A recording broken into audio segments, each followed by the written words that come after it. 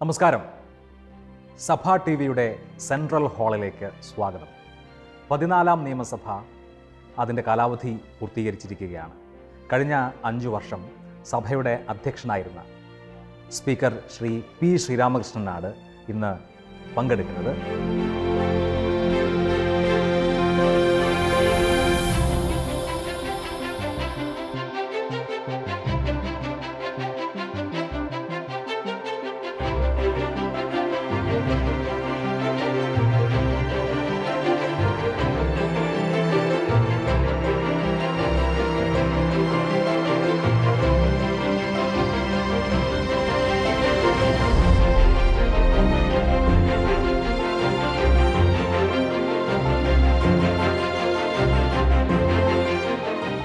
ചോദ്യങ്ങൾ ചോദിക്കാനായി അങ്കമാലിയുടെ MLA Shri Roji M ജോണും സ്വാഗതം. നമസ്കാരം.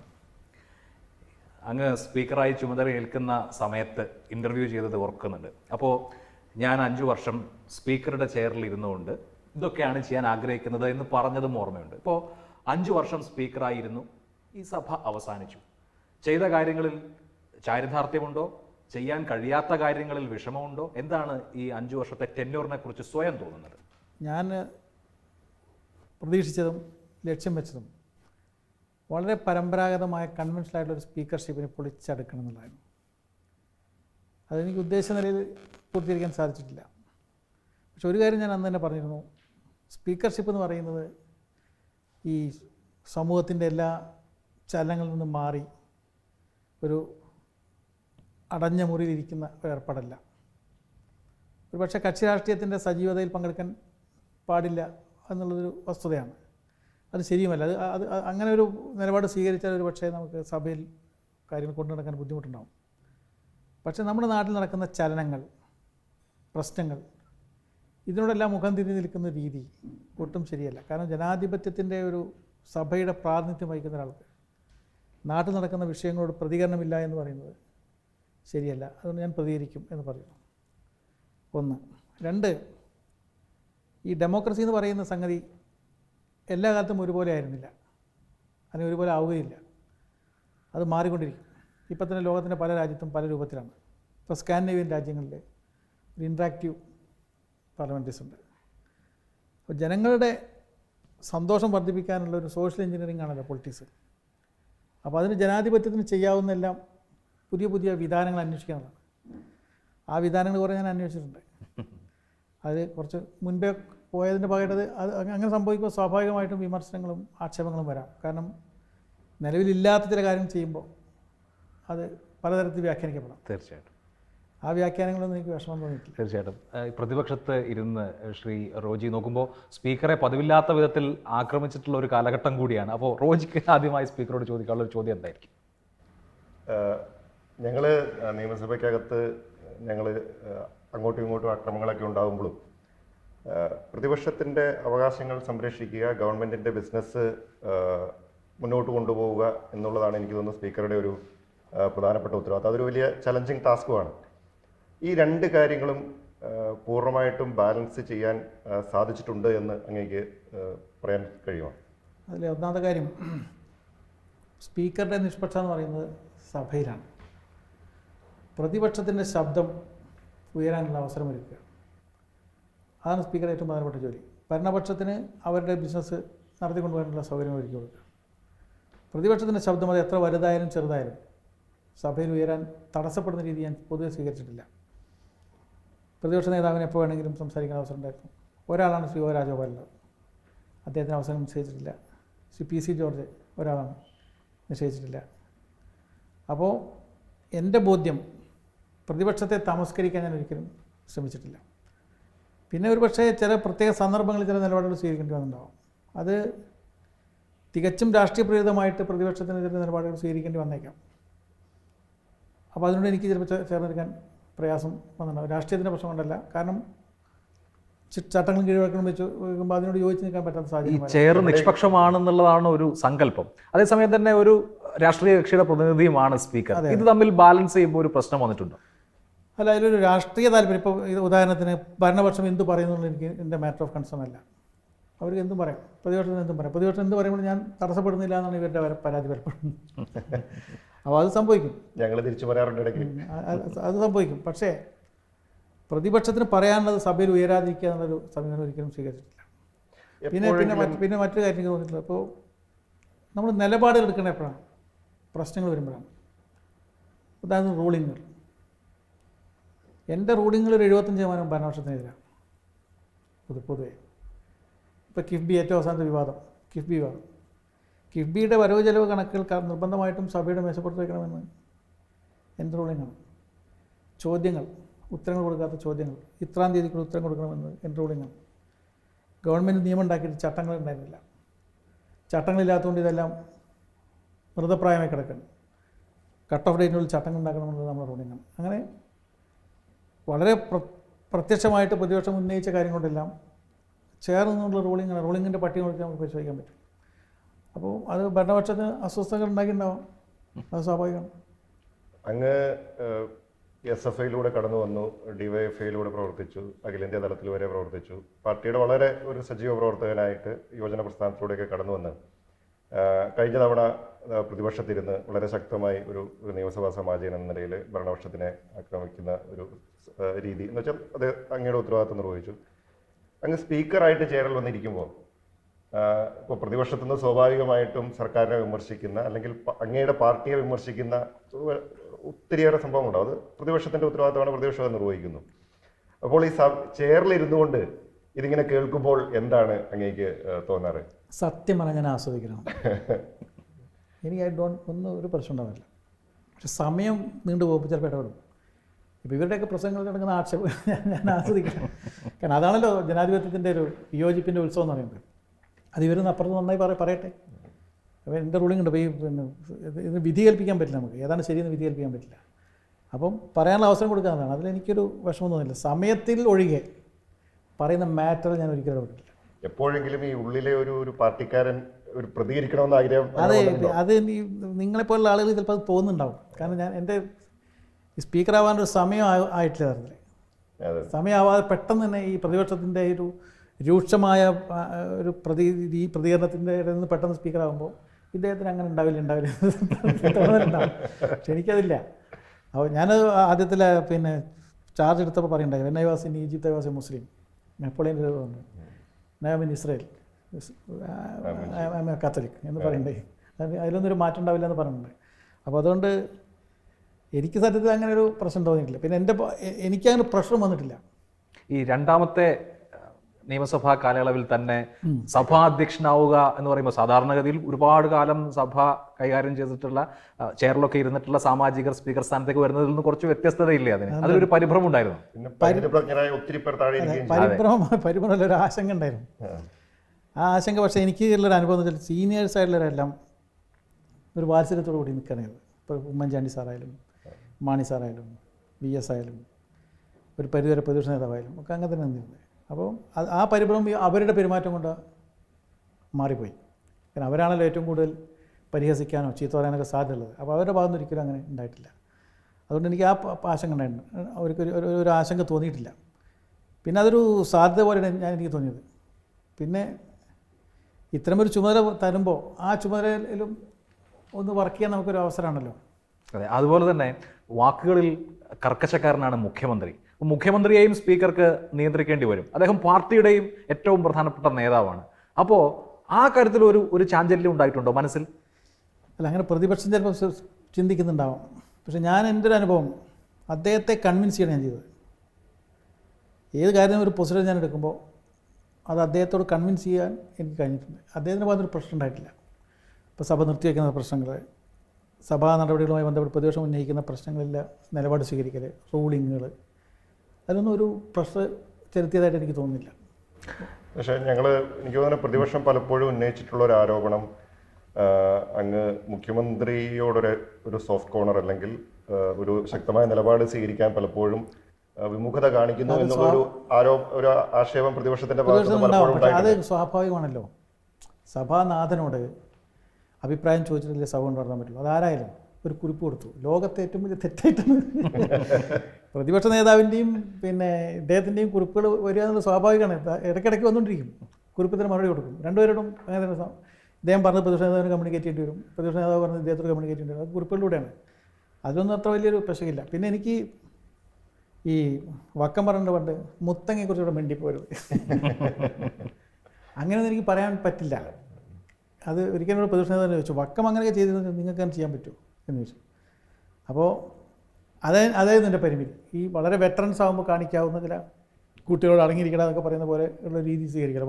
വക്കം പുരുഷോത്തമനും വർക്കല രാധാകൃഷ്ണൻ അങ്ങനെ രീതിയിൽ സ്വീകരിച്ചിരുന്നു. അതൊന്നും എനിക്ക് സ്വീകരിക്കാൻ പറ്റില്ലല്ലോ. അതുപോലെ ഈ വെറ്ററൻസ് പലപ്പോഴും ക്രമപ്രശ്നങ്ങളുമായി എഴുന്നേൽക്കും. G Sudhakaran, K C Joseph, Thiruvanchoor രാധാകൃഷ്ണനൊക്കെ ഷാക്രാൻ കൗളൊക്കെ ഉദ്ധരിച്ച് ആ ചട്ടത്തിലെ ഇന്ന വകുപ്പ് എന്നൊക്കെ പറയുമ്പോൾ ആ കൺഫ്യൂഷൻ ആവാറുണ്ടോ? എനിക്ക് ആദ്യം ആശങ്ക ഉണ്ടായിരുന്നു. പിന്നെ എനിക്ക് മനസ്സിലായിട്ട് ഗെയിം ഓഫ് ടൈം. ആ സമയത്ത് ഉന്നയിക്കാൻ പലരും പ്രധാനപ്പെട്ടുണ്ട്. ഇപ്പം ഗാന്ധി എങ്ങനെ പറഞ്ഞിട്ടെന്ന് പറഞ്ഞാൽ ഗാന്ധി പറഞ്ഞിട്ടെന്ന് ഉറപ്പൊന്നുമില്ല. ചില കോട്ടിങ്സ് ഇപ്പോൾ മാക്ബത്തിനെ കുറിച്ച് കഴിഞ്ഞ ദിവസം പറഞ്ഞു, മാക്ബത്ത് അല്ല ലേഡി മാക്ബത്താണ്. ഇതൊന്നും നമുക്ക് അങ്ങനെ ആധികാരികമായിട്ട് അപ്പോൾ പറയേണ്ട കാര്യങ്ങളില്ല. അപ്പോൾ അത് പരിശോധിച്ച് പറയാമെന്നുള്ളത് സ്വീകരിക്കും. പിന്നെ ക്രമപ്രശ്നം എന്ന് പറയുന്നത് പലപ്പോഴും നമ്മൾ അംഗങ്ങൾ ഉപയോഗിക്കുന്നത് എതിരാളിയുടെ ആക്രമണത്തിൻ്റെ മൂർച്ച കയറുമ്പോൾ ആ മൂർച്ചയുടെ ഒന്ന് പതുക്കെ ഒന്ന് കൊടുത്താനാണ് ഉപയോഗിക്കുന്നത്. അത് നമുക്കറിയാം.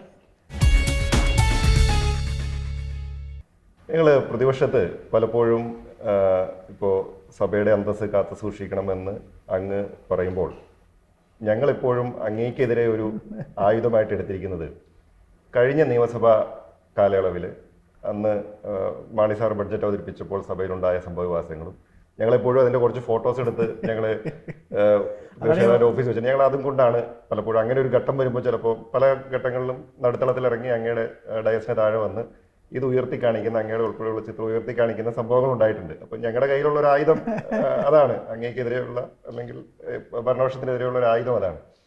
അത് കാണുമ്പോൾ എന്താണ് അങ്ങയുടെ മനസ്സിലേക്ക് വന്നുള്ളത്? അത് എവിടെയെങ്കിലും അത് ഒരു വിഷമമായിട്ട് മനസ്സിൽ കിടക്കുന്നുണ്ടോ? അത് ഒഴിവാക്കേണ്ടതായിരുന്നു എന്ന് തോന്നിയിട്ടുണ്ടോ? അല്ല, അതാണ് ഞാൻ പറഞ്ഞത്. സമയമായില്ല. ഇത് കഴിഞ്ഞ നിയമസഭാ സമ്മേളനത്തിൻ്റെ അവസാന സന്ദർഭത്തിൽ നടന്ന ഈ ചിത്രം ഉപയോഗിച്ചുകൊണ്ട് പറയുമ്പോൾ സ്വാഭാവികമായിട്ടൊരു ടൈം കിട്ടിയിട്ടില്ല. അദ്ദേഹത്തിന് മാറ്റം വരാൻ സമയമായിട്ടാണ് സൂചനയാണ് ഇവർ നടന്നത്. അത് യഥാർത്ഥത്തിൽ ഒരു രാഷ്ട്രീയ തീരുമാനമായിരുന്നു. ആ രാഷ്ട്രീയ തീരുമാനത്തിൽ പങ്കാളികളാവുക എന്നുള്ളത് എനിക്ക് എൻ്റെ പാർട്ടിയുടെ ഭാഗമായിട്ട് സ്പീക്കറുടെ ചെയർ മറിച്ചിടാനും തീരുമാനമെടുത്ത് പോയതാണ്. ഇല്ല മറിച്ചിടാൻ ഞാൻ കൂടില്ല. ചിത്രം പരിശോധിച്ചാൽ അറിയാം, ഞാൻ മറിച്ചിട്ടില്ല. അവിടെ ഉണ്ടായിരുന്നത് സ്പീക്കറെ തടസ്സപ്പെടുന്ന നിലയിൽ ഒരു പ്രൊട്ടസ്റ്റ് കൊണ്ടുവരുന്നതായിരുന്നു. പിന്നെ അത് കാര്യങ്ങൾ സംഭവിച്ചു പോയത് ഒരു പ്രത്യേക സന്ദർഭത്തിൻ്റെ പ്രതികരണം എന്നുള്ള നിലയിലാണല്ലോ. അത് അപ്പോഴും ഞാനൊരു പരിധി വിട്ട കാര്യങ്ങളൊന്നും ചെയ്തിട്ടില്ല എന്നുള്ളത് സൂക്ഷ്മമായി ചിത്രം പരിശോധിക്കുന്ന എല്ലാവർക്കും അറിയാം. അതുകൊണ്ട് എനിക്ക് അതൊക്കെ പറയുമ്പോൾ ഞാൻ ചെയ്തില്ല എന്ന് എനിക്ക് ഉറപ്പാണ്. എന്നാലും 10 വർഷത്തെ സഭാജീവിതം പരിശോധിക്കുമ്പോൾ ഒഴിവാക്കാമായിരുന്നു എന്ന് തോന്നിയിട്ടുള്ള ഒരു ഇൻസ്റ്റൻസ് അല്ലെങ്കിൽ ഒരു നിമിഷം അതാണോ? അതെ, ഇന്ന് നോക്കുമ്പോൾ അത് ഒഴിവാക്കേണ്ടതാണെന്നാണ് എൻ്റെ അഭിപ്രായം. പക്ഷെ അന്നത്തെ സാഹചര്യമല്ലേ, നമ്മൾ പ്രതികരണം എന്ന് പറയുന്ന മനുഷ്യൻ ചിലപ്പോൾ പ്രതികരിക്കുന്നത് അതത് സാഹചര്യങ്ങളുമായി ബന്ധപ്പെട്ടാണ്. ഇപ്പോഴത്തെ ഈ കഴിഞ്ഞ 5 വർഷ കാലയളവിൽ എവിടെയെങ്കിലും ഭരണപക്ഷമോ പ്രതിപക്ഷമോ അതിര് ലംഘിച്ചതായിട്ട് അങ്ങേക്ക് തോന്നിയിട്ടുണ്ടോ? 1-2 സന്ദർഭങ്ങളിൽ. എന്തായിരുന്നു? 1-2 സന്ദർഭങ്ങളിൽ വാടാ പോടാ വിളിയൊക്കെ ഇട്ട് പെട്ടെന്ന് സംഘർഷത്തേക്ക് നീങ്ങുമെന്നുള്ളൊരു അവസ്ഥ ഉണ്ടായിരുന്നു. ആ സമയത്ത് ഞാൻ നിർത്തിവെച്ചു. പക്ഷെ അത് പിന്നെ പ്രചോദിപ്പിക്കാൻ, കൂടുതലാക്കാതിരിക്കാൻ 2 ഭാഗത്തും ശ്രമം പിന്നെ വ്യക്തിപരമായി വേദന ഉണ്ടായിട്ടുള്ള സന്ദർഭങ്ങൾ ഉണ്ടായിട്ടുണ്ട്. സഭയിൽ ഒരിക്കലുമില്ല. ഇപ്പോൾ ഈ സ്പീക്കറെ നീക്കണമെന്ന പ്രമേയം ആദ്യം കൊണ്ടുവരാൻ ശ്രമിക്കുന്ന വേളയിലൊക്കെയും അതിന് പിന്നെയും വളരെ കടുത്ത പദപ്രയോഗങ്ങൾ, പ്രതിപക്ഷ നേതാവ് അടക്കം രൂക്ഷമായ പദപ്രയോഗങ്ങൾ ഉപയോഗിച്ചിട്ടുണ്ട്. അതിലൊന്നും ഒരു പ്രശ്നം തോന്നിയില്ലേ? ഇറ്റ്സ് നോട്ട് പേഴ്സണൽ, ഞാനങ്ങനെ എടുത്തിട്ടില്ല. പക്ഷേ ഈ കാര്യങ്ങൾ മനസ്സിലാക്കിയിട്ടും അത് മനസ്സിലാക്കാത്ത പോലെ അല്ല എന്ന് എനിക്ക് തോന്നിയിരുന്നു. കാരണം ഒരു സ്പീക്കറെ നീക്കം ചെയ്യാനുള്ള ഒരു പ്രമേയം കൊണ്ടുവരണമെങ്കിൽ വേണ്ട ഒരു മിനിമം ലോജിക്ക് വേണം, അല്ലെങ്കിൽ അതിനുള്ള തെളിവുകളും സാങ്കേതികമായ കാര്യങ്ങളും. അതൊന്നും യഥാർത്ഥത്തിൽ ഉണ്ടായിരുന്നില്ല. വേണമെങ്കിൽ അത് വെച്ചിട്ട് എനിക്കത് റിജക്റ്റ് ചെയ്യണം. അത് BSc ഒന്നും തീരുമാനിക്കണം, ഞാൻ തന്നെ തീരുമാനിച്ചത്. അത് അടിയന്തര പ്രമേയം എടുക്കുന്നില്ലാണോ? അത് എടുക്കുന്നില്ല എന്ന് വെച്ചാൽ അതിൻ്റെ പേരിൽ പ്രതിപക്ഷത്തിന് എല്ലാ ദിവസവും ഇറങ്ങി പോകാൻ പറ്റില്ല. ഈ സെഷനാകെ ബഹിഷ്കരിക്കാൻ പറ്റില്ല. അതിന് ആദ്യത്തെ ദിവസം തന്നെ അനൗൺസ് ചെയ്യണം. അങ്ങനെ പ്രമേയം വന്നിട്ടുണ്ട്, ആ പ്രമേയം എടുക്കുന്നില്ല. എന്നാൽ 1-2 ദിവസം പിന്നെ പ്രതിപക്ഷത്തിൻ്റെ എല്ലാ പ്രൊട്ടസ്റ്റും സ്പീക്കർക്കെതിരെ തിരിഞ്ഞുകൊണ്ടൊന്നും അവസാനിക്കില്ല. കാരണം ഇറ്റ്സ് നോട്ട് പൊളിറ്റിക്കൽ ആവില്ലല്ലോ. പൊളിറ്റിക്കലി കൊണ്ടുവരെങ്കിൽ ഗവൺമെൻറ്റിനെതിരെ കൊണ്ടുവരണം. അപ്പോൾ അങ്ങനെ ഒരു സമീപനം സ്വീകരിക്കുകയായിരുന്നെങ്കിൽ ചിലപ്പോൾ 2-3 ദിവസത്തെ ബഹളത്തിൽ ആ പ്രശ്നം തീരുന്നു. പക്ഷേ അത് ഞാൻ കരുതി അങ്ങനെ എന്തിനാണ് നടക്കട്ടെ. വളരെ അപൂർവമായിട്ട് സ്പീക്കറെ നീക്കം ചെയ്യണമെന്നുള്ളൊരു പ്രമേയം സഭയിൽ വരുന്നു. അതിന് ആധാരമായി ഉണ്ടായ സംഭവവികാസങ്ങൾ, കുറേയേറെ സംഭവങ്ങൾ നമ്മൾ കഴിഞ്ഞ കുറേ നാളുകളായിട്ട് കേരളത്തിൽ ചർച്ച ചെയ്തുകൊണ്ടിരിക്കുന്ന വിഷയങ്ങൾ. ഇപ്പോൾ സ്വർണ്ണക്കള്ളക്കടത്ത്, അതുപോലെ സ്വപ്ന സുരേഷും ഒക്കെയായി ബന്ധപ്പെട്ടിട്ടുണ്ടായിട്ടുള്ള വിഷയങ്ങളിൽ അവിടെ എവിടെയെങ്കിലും ഇപ്പോൾ അന്വേഷണങ്ങളൊക്കെ നടക്കുന്നു, അത് അതിൻ്റെ വഴിക്ക് നടക്കട്ടെ, എവിടെയെങ്കിലും ഒരു ജാഗ്രത കുറവുണ്ടായി അല്ലെങ്കിൽ അത് കുറച്ചുകൂടി ശ്രദ്ധിക്കേണ്ടതായിരുന്നു എന്ന് അങ്ങേക്ക് തോന്നിയിട്ടുണ്ടോ? അതുണ്ടല്ലോ. അതായത് ഈ ഗാന്ധിജിയുടെ ഏറ്റവും വലിയ പ്രത്യേകത ഉണ്ടായിരുന്നത് അദ്ദേഹം മനുഷ്യരുടെ നന്മകളിൽ മാത്രം വിശ്വസിച്ചു. നന്മയിലായിരുന്നു അദ്ദേഹത്തിൻ്റെ വിശ്വാസം. അദ്ദേഹത്തിൻ്റെ പല്ല് ചവിട്ടിക്കൊഴിച്ച സാഹിബിനോട് അദ്ദേഹം ചോദിച്ചു, അങ്ങേക്ക് കാല് വേദനിച്ചോണം. ഈ നന്മയിലുള്ള അമിതമായ വിശ്വാസം ഗാന്ധി പലപ്പോഴും വഴിതെറ്റിച്ചിട്ടുണ്ട്. ഷേക്സ്പിയറിൻ്റെ കഥാപാത്രങ്ങൾ ഈ നന്മതിന്മകളെ ആപേക്ഷികമായിട്ടാണ് കണ്ടത്. ഇടശ്ശേരിയുടെ കഥാപാത്രങ്ങൾ അങ്ങനെ. ഇടശ്ശേരി പുട്ടി പിടിച്ചുകൊണ്ട് വന്ന് പോകുന്നതിനാണ് ഒരു കുട്ടി അന്വേഷിച്ച് വരുന്നത്. ഈ നന്മതിന്മകൾ ആപേക്ഷിക്കുകയാണെന്നും എല്ലാ മനുഷ്യരും ഉണ്ടാവും എന്നുള്ളതും കുറച്ചുകൂടി ശ്രദ്ധിക്കേണ്ടതായിരുന്നു.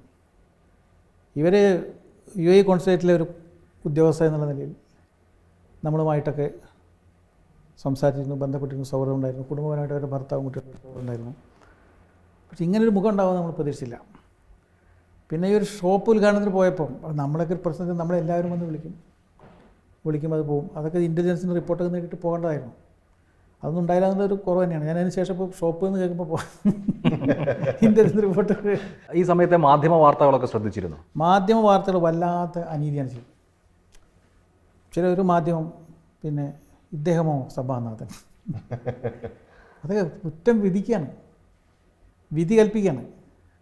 പിന്നെ അതെല്ലാം ഞാൻ കാണുന്നത് എനിക്കെതിരെയുള്ള ഒരു ആക്രമണം. ഞാനൊരു വ്യക്തി എന്ന നിലയിൽ ഞാനൊരല്ലോ. അപ്പോൾ വ്യക്തിക്കെതിരെയുള്ള ഒരു ആക്രമണം ആവാൻ വഴിയില്ലാത്തതുകൊണ്ട് അത് പൊളിറ്റിക്കലായിട്ട് വരുന്നതായിരിക്കാമെന്ന് പ്രതീക്ഷിച്ചു. BJPയുടെ ഗോപാലകൃഷ്ണൻ ഇത്ര സമയത്ത് പറയുന്നത് ഞാൻ അത്ഭുതപ്പെട്ടിട്ടുണ്ട്. അത് എന്തും പറയാവുന്ന ഇതാ സ്വീകരിക്കുന്നു മാത്രം. പക്ഷേ എനിക്ക് പ്രതിപക്ഷത്തിനോടുള്ളൊരു ബഹുമാനം തോന്നിയത് അവർ സഭയിലൊന്നും അങ്ങനെ പരിധി വിട്ട് സംസാരിച്ചിട്ടില്ല. ഈ പ്രമേയം എടുത്തപ്പോൾ പോലും വേണമെങ്കിൽ എന്തും വിളിച്ചു പറഞ്ഞാൽ സഭയുടെ പരിരക്ഷ ഉണ്ടല്ലോ, അതൊന്നും ചെയ്തിട്ടില്ല. പ്രതിപക്ഷത്തിരുന്ന സമയത്ത് താങ്കളും ചാനൽ ചർച്ചകളിൽ സ്ഥിരമായി പങ്കെടുത്തിരുന്നു. സോളാർ അടക്കമുള്ള വിഷയങ്ങളിൽ അന്നത്തെ പ്രതിപക്ഷത്തിന് വേണ്ടി സംസാരിച്ചിരുന്നു. അതൊക്കെ കഴിഞ്ഞ് ഇന്നത്തെ ടെലിവിഷൻ ചർച്ചകളൊക്കെ കാണുമ്പോൾ അന്നത്തെ കാലവുമായിട്ടൊന്ന് റിലേറ്റ് ചെയ്തോ? ഒരു കാര്യം ഉറപ്പിച്ച് പറയാൻ പറ്റും. സോളാർ കാലത്ത് പ്രസംഗങ്ങളിലോ ചർച്ചകളിലോ ഒന്നും ഈ വ്യത്യസ്തമായ മനുഷ്യബന്ധങ്ങളെക്കുറിച്ചും അങ്ങനെയുള്ള ചർച്ചയിലൊന്നും ഞാൻ പങ്കെടുത്തില്ല, ഞാൻ പറഞ്ഞിട്ടില്ല. ഞാൻ ഉന്നയിച്ച പ്രശ്നം അന്നും ഇന്ന് നിങ്ങൾ അന്നത്തെ എൻ്റെ അടിയന്തര പ്രമേയങ്ങൾ എടുത്ത് നോക്കാം. ഈ സോളാർ സംവിധാനം കൊണ്ടുവരാൻ നിയമവിരുദ്ധമായി എന്ത് ചെയ്തു എന്നുള്ളതാണ്.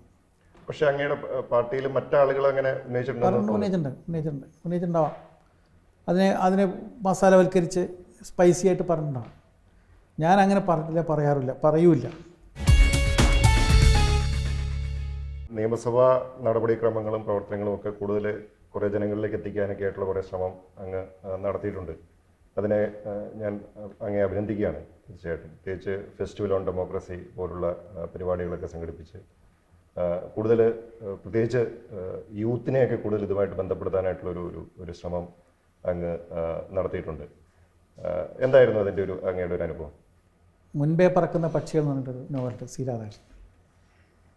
മുൻപേ പറക്കുമ്പോൾ വഴി ഉണ്ടാവില്ല, ചില മേഘങ്ങൾ തട്ടി തടഞ്ഞ് താഴെ വീഴുന്നു വരാം. പക്ഷെ മുൻപേ പറന്നു എന്നുള്ളതാണ്. കേരള നിയമസഭ ഈ കഴിഞ്ഞ കാലങ്ങളിൽ ഒരുപാട് കാര്യങ്ങൾ പുതിയ രീതികൾ സ്വീകരിച്ചു. ഒന്നാമത്തെ അമെൻമെൻറ്റുകൾ. ഒരു ഭേദഗതി കൊടുക്കണമെങ്കിൽ നമുക്ക് MLA പോയി കണ്ട് കൺവിൻസ് ചെയ്താൽ മാത്രമേ കൊടുക്കാൻ സാധിക്കുമായിരുന്നുള്ളൂ. ഇന്ത്യയിൽ ആദ്യമായിട്ട് നമ്മൾ ഭേദഗതികൾക്ക് ഒരു പൂളുണ്ടാക്കി.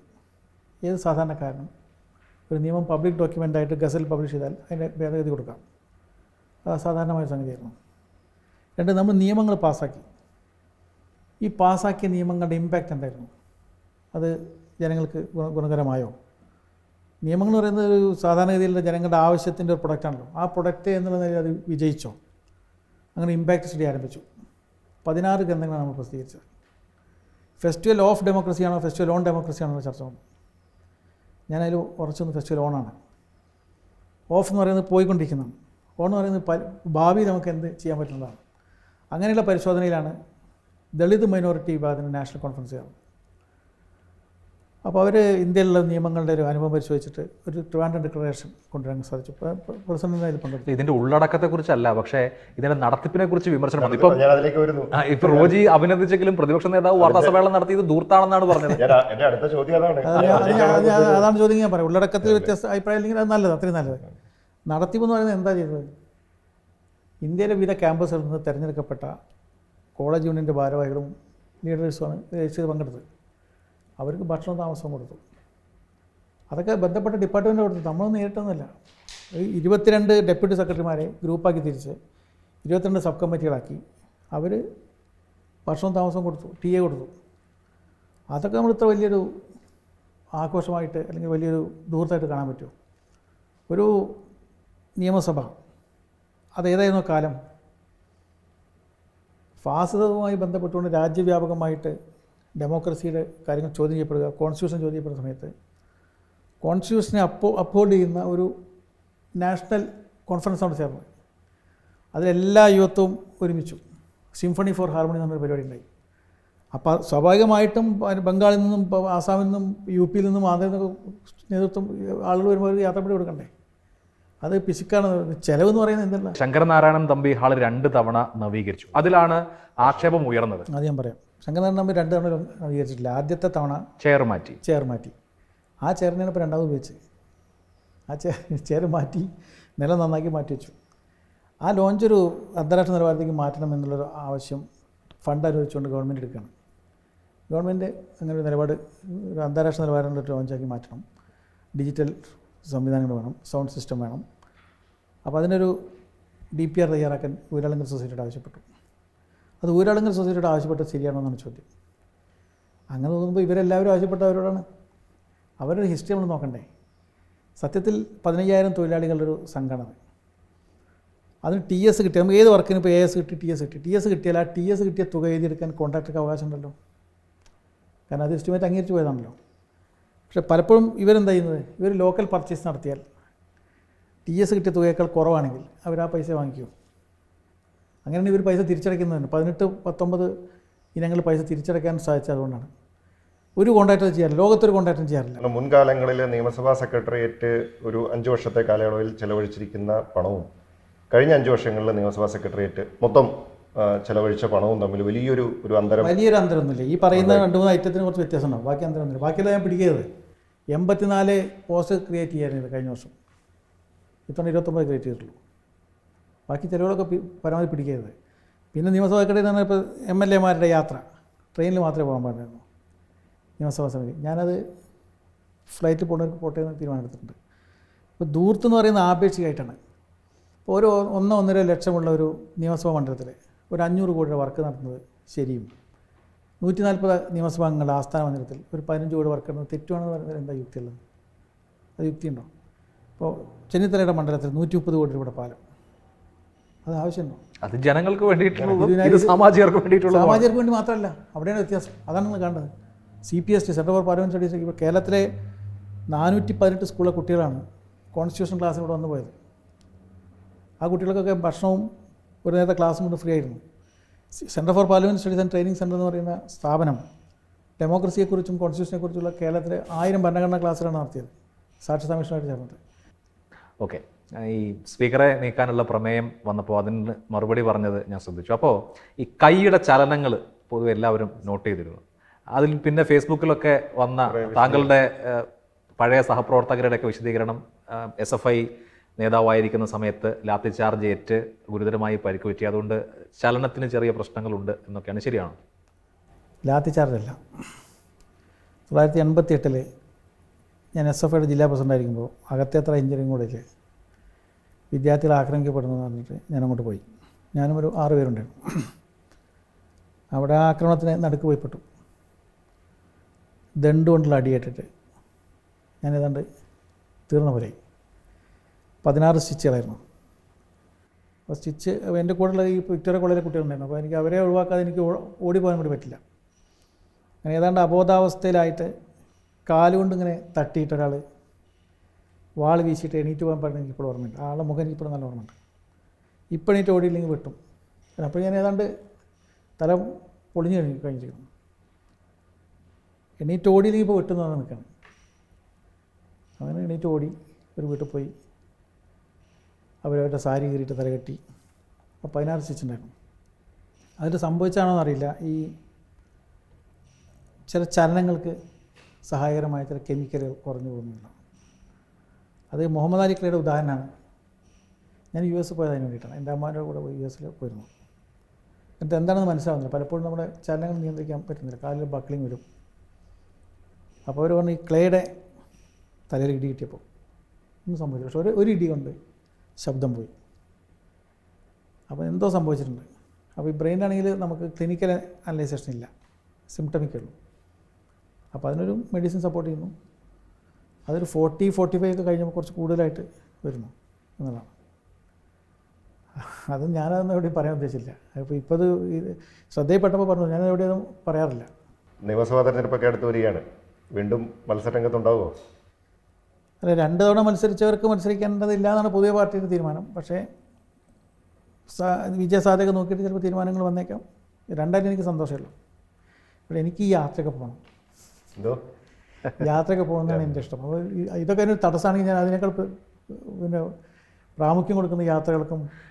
മുൻപ് ഡിവൈഎഫ്ഐയുടെ അഖിലേന്ത്യാ അധ്യക്ഷനും സംസ്ഥാന അധ്യക്ഷനും നിയമസഭാ സാമാജികനും ഒക്കെ ആയിരുന്ന കാലത്തിൽ നിന്ന് ഈ കഴിഞ്ഞ 5 വർഷത്തിനിടയിൽ ഉണ്ടായിട്ടുള്ള വ്യത്യാസം, വളരെ സുപ്രധാനമായ ഒരു ഉത്തരവാദിത്വം കൈകാര്യം ചെയ്തു എന്ന് മാത്രമല്ല, സമ്മർദ്ദത്തിലാവുന്ന വിവാദത്തിലാവുന്ന ഘട്ടങ്ങളും ഒക്കെ വന്നു. അപ്പോൾ ഇനി കുറച്ചൊന്ന് റിലാക്സ് ചെയ്യണമെന്ന് തോന്നുന്നില്ല? ഇതുകൊണ്ട് തോന്നുന്നില്ല.